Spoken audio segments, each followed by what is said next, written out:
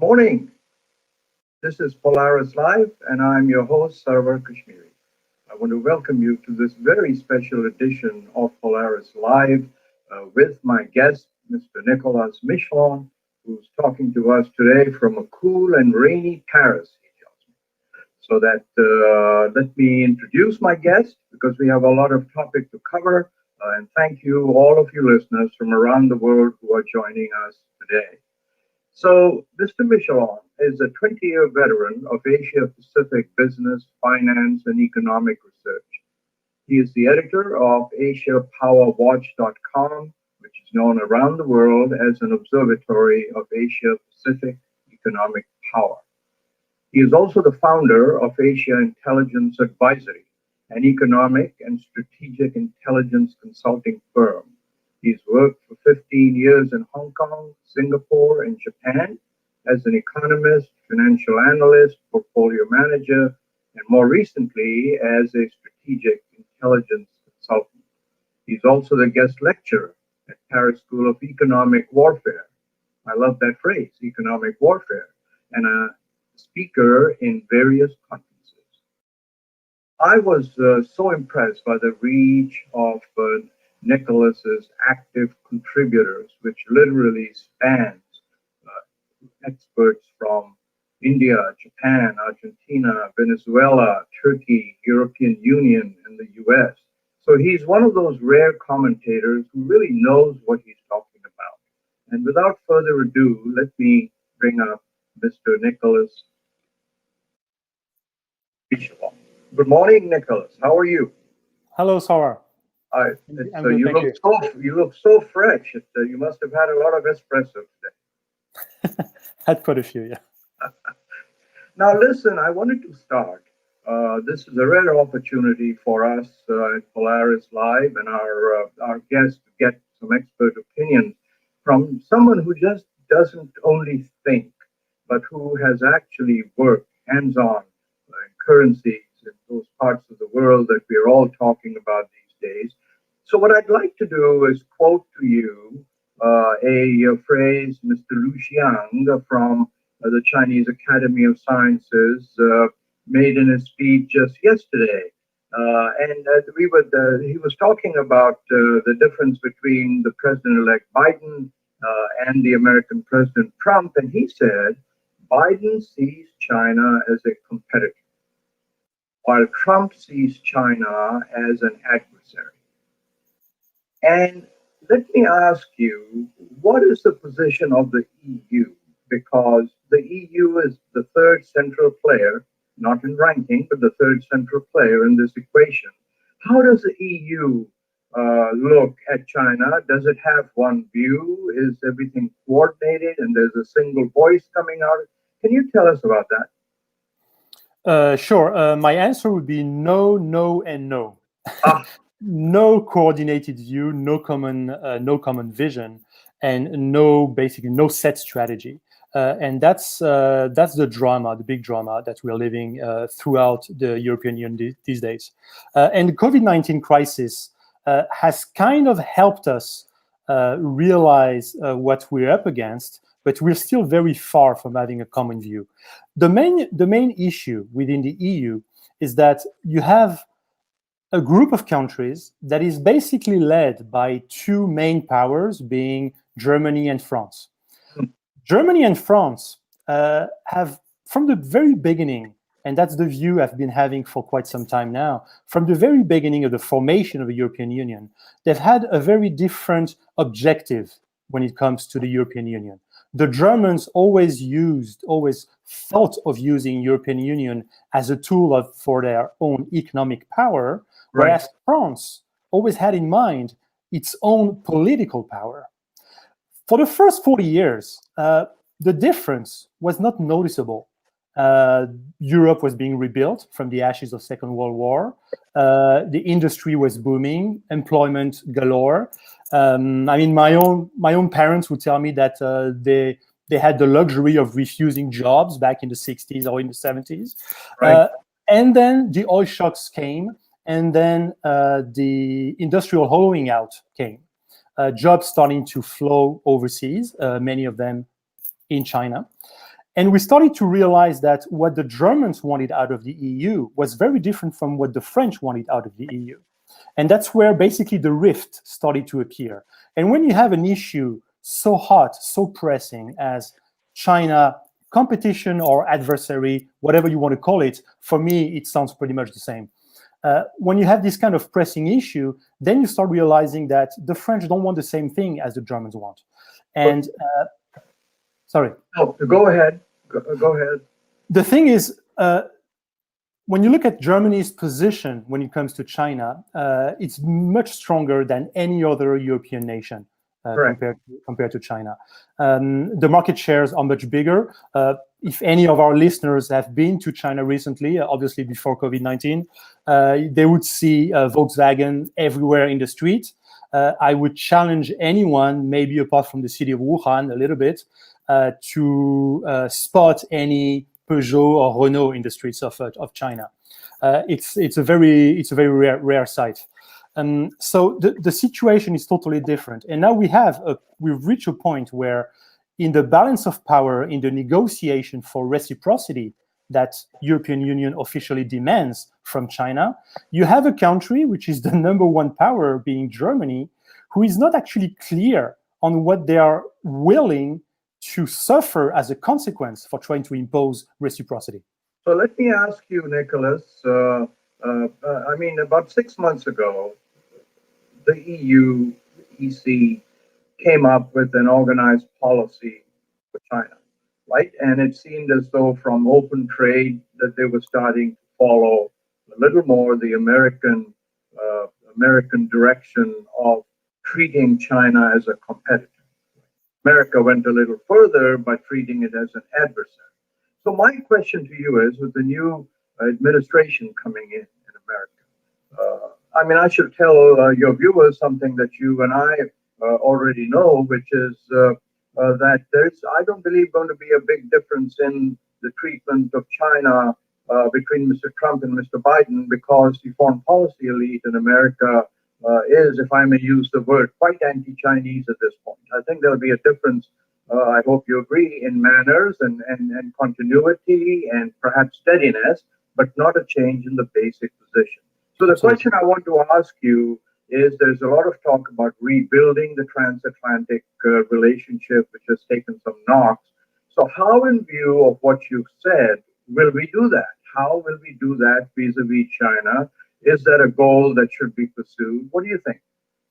I think it's a goal that should theoretically be pursued, but I'm afraid that the political cost will be too heavy, too much, for both the American side and the European side. Really? I think, let me take a clear example. The free trade agreement, the cross-Atlantic free trade agreement. Yes. It's something that any reasonable person could see President Biden pursue versus President Trump. On the other hand, when you look at how much Biden has been promising made in America, which to us at least is some form of continuation of making America great again, even if the words are different. And it totally makes sense from an American point of view, making America more and more to recreate jobs and reindustrialize, especially the Rust Belt. But that would come at a big political cost for Joe Biden. How would he explain to the American public that European products are coming with almost no tariffs at all? Same for the Europeans. How would Macron, Merkel, and whoever comes after her, and the other European heads of state could justify in the next elections opening up European markets even more than what they already are, at a time when we have difficulties getting the jobs back, reindustrializing our countryside, etc. So I think...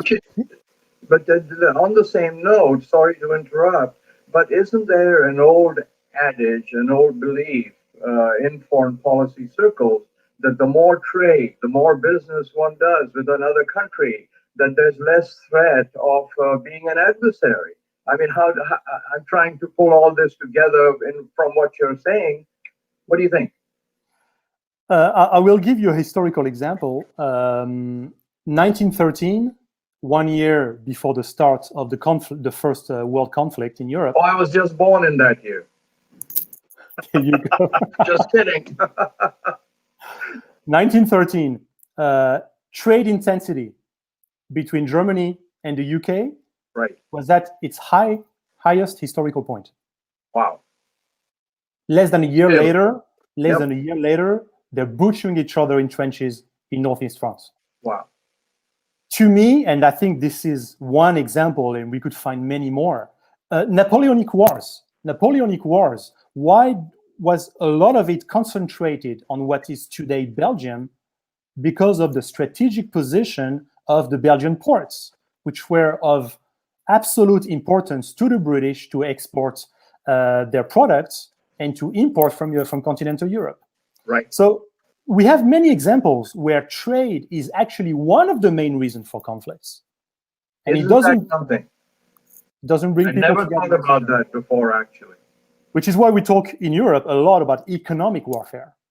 And that's what your organization has as its central glue that holds it together. Absolutely. Am I right? Because you are a teacher, a professor at the Economic Warfare School, and so that's what you're. But along the same lines, I want to ask you. The last two guests I've had on Polaris-Live, we talked about the Chinese currency renminbi.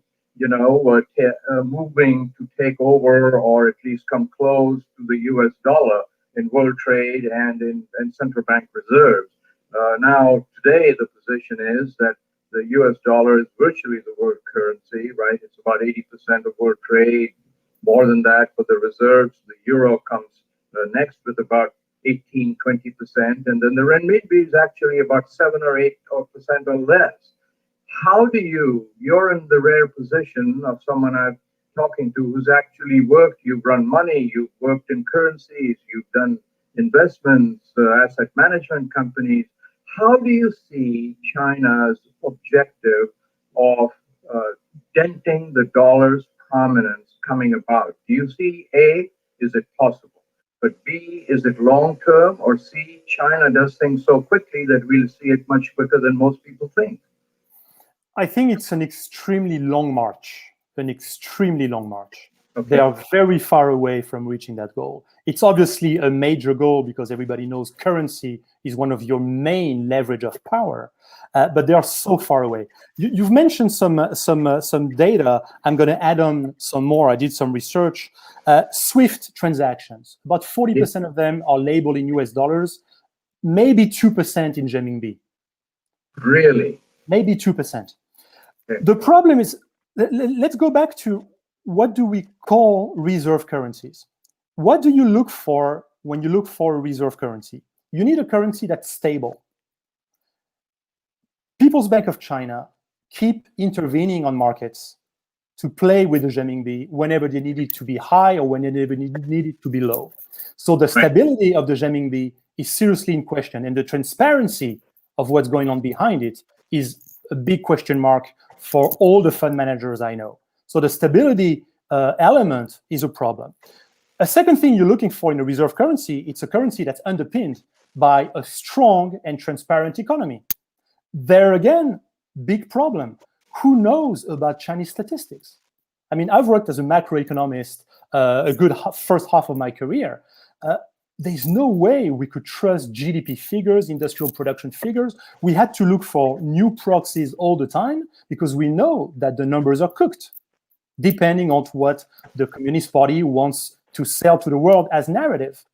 So we have but you're actually, Nicholas, I'm interrupting, but you're actually taking an opposite position from the guest we had the last time, who's George Magnus, who used to be UBS's chief investment officer and is now with Oxford at the China Center.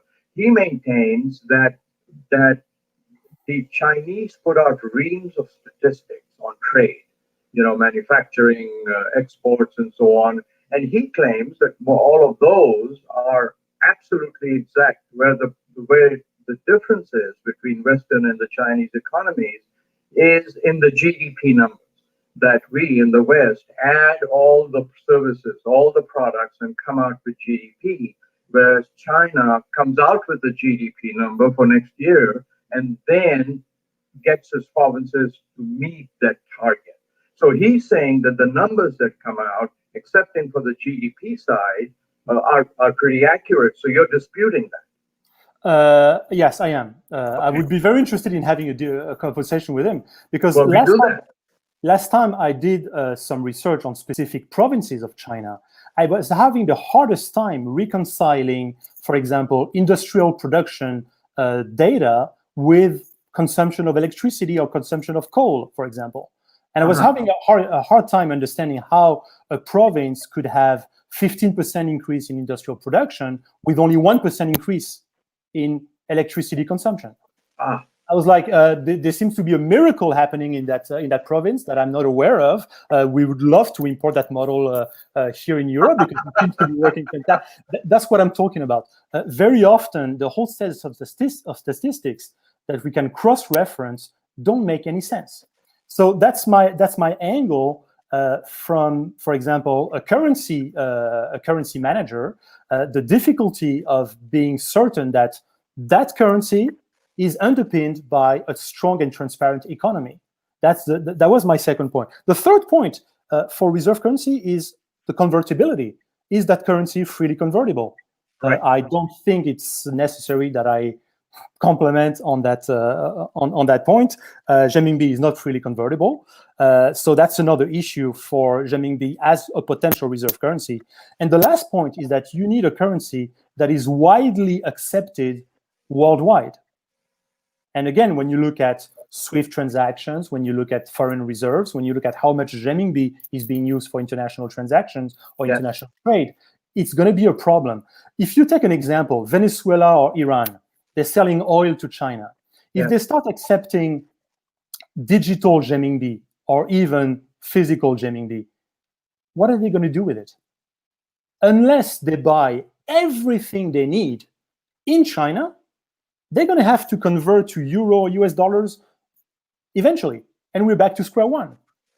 Let me go back again to what we talked about a few minutes ago, which is the coordination between the EU and the US. If one accepts that the dramatic rise of China in all its dimensions is a central issue in the 21st century, right?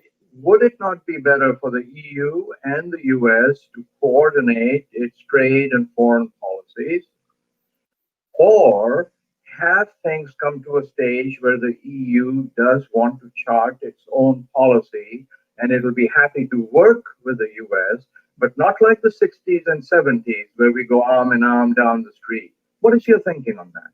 The second option, I think, is the most realistic, and it's actually the most needed in Europe.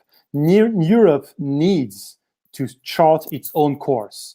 Of course, not considering the US as an adversary or competitor as much as we consider China, but we have to. You have to realize that from a European standpoint, we are suffering almost as much from American influence as we are from Chinese influence. There are many cases where local business leaders and the general populations are furious about the way some European companies are being weakened by American legislation. I'm thinking about FCPA, ETAR, etc.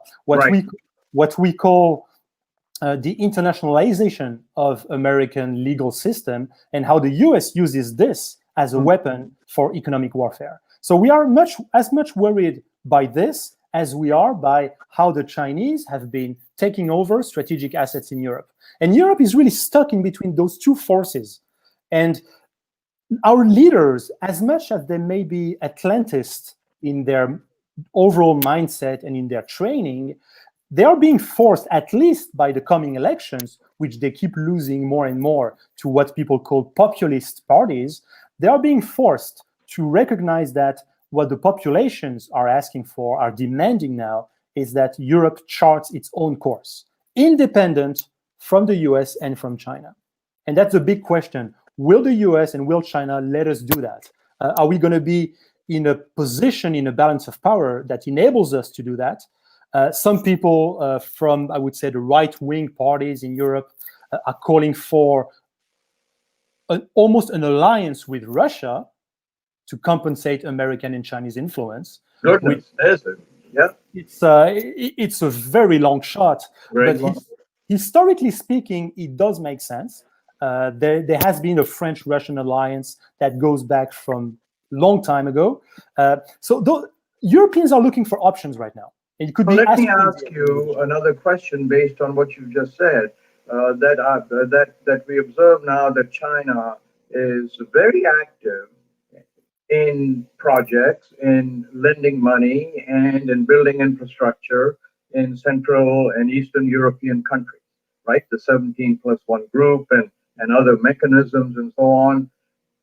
Do you think that this is in any way a threat or competition for the European Union's ever closer union of the European states and coordinating, setting standards, transparency, and so on? Do you see this as a competition, as a threat, and that one of the EU policies should be to ask China to work through the European Commission? Where are you on that whole issue? It has definitely been China's strategy to play divide and conquer. So they realized for several years now that they don't have many friends, not that many in Brussels. They even don't have many friends in Western European capitals. So they're going, when they want to approach Western European countries, they're going more and more to the regional level directly, bypassing the capitals. And when they're talking about Europe as a whole, you are right, they've been focusing on Central and Eastern Europe. The thing is, one thing happened recently, COVID.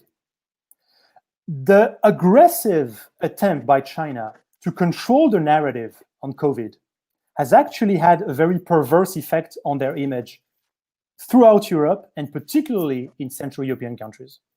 You may remember that the Czech Republic has been very adamant at resisting Chinese pressure and getting closer to Taiwan because they believe that it is their right to be close to any country they decide to be close to, and that they would not, even though they are a very small country, they would not yield to pressure from outside. This has led to a war of words, very, very tough war of words between the Czech presidency and the Communist Party of China. Right. Things are changing in Central Europe. Things are changing for a simple reason. They've been disappointed by Chinese investment. They did not get what the Chinese were promising in terms of infrastructure investment. So now they're Belt thinking, and Road Initiative is not everything that it's the public relations side is getting ahead of reality. Absolutely. It's been oversold. The financial conditions have not been as interesting as they were proposed initially. And you have American pressure as well. You have to remember that countries like Poland, Czech Republic are very, very closely aligned on the US, especially through NATO. So it is possible that American pressure has been applied on those countries to slow down Chinese penetration inside the European continent. And this is exactly what we're seeing now. So, Nicolas, let me, as we start reaching the end game of our wonderful interview, and thank you again for your time, I want to ask you, what is your agenda, your priorities at Asia Power Watch, let's say over the short term?